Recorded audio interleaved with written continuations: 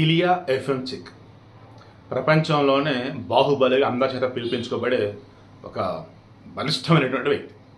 వయసు 36 సంవత్సరాలు, బరువు 154 కేజీలు. అతను డైలీ 16,500 క్యాలరీల ఫుడ్ తీసుకుంటాడు. 2.5 కేజీలు బీఫ్, తర్వాత సుషీనా మన జపాన్ వాళ్ళ ఫుడ్ రైస్ టైప్లో ఉండేది, బట్ సీ ఫుడ్ అన్నట్టు బాల్స్ టైప్ ఉంటాయి. ఆ సుషీలు దాదాపు 108 తింటాడంట. రోజుకి 7 సార్లు తింటాడు. ఓకే, అతని భార్య అన్న ఈరోజు చెప్పింది పాపం ఏమనంటే చనిపోయాడు అని. ఎలా?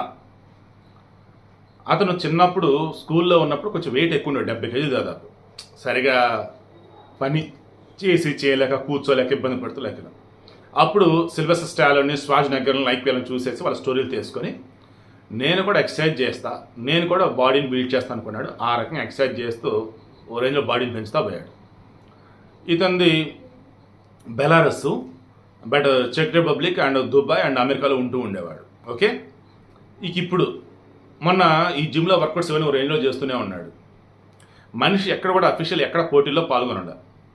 అంటే బాక్సింగ్ కానీ, వెయిట్ లిఫ్టింగ్ కానీ, రెజ్లింగ్ కానీ, కుస్తీలు కానీ ఎక్కడ పార్టిసిపేట్ చేయాలి.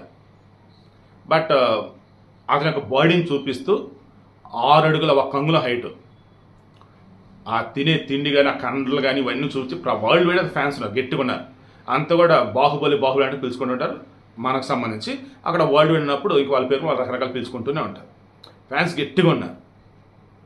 బట్ మొన్న ఏమైందంటే మనిషి కొంచెం చెస్ట్ పెయిన్ లాగా అనిపిస్తూ ఉంటే అంబులెన్స్ కాల్ చేశారు. వాళ్ళు వచ్చేటప్పుడు కొంచెం పొజిషన్ కష్టంగా ఉంది, మనిషి ఆల్మోస్ట్ కోమాకి వెళ్ళిన పరిస్థితి. ఆగా మేఘాల మీద హెలికాప్టర్లో పెద్ద ఆసుపత్రి పట్టుకెళ్ళారు. అప్పుడు చెక్ చేస్తే కోమాలో ఉన్నాడు. మధ్యలో నార్మల్ మోడ్లోకి వస్తున్నట్టు అనిపిస్తున్నా మరలి కోమాలోకి వెళ్తున్నాడు. పాపం నిన్న మనిషి చనిపోయాడని చెప్పేసి పాపం వాళ్ళ భార్య చెప్పింది.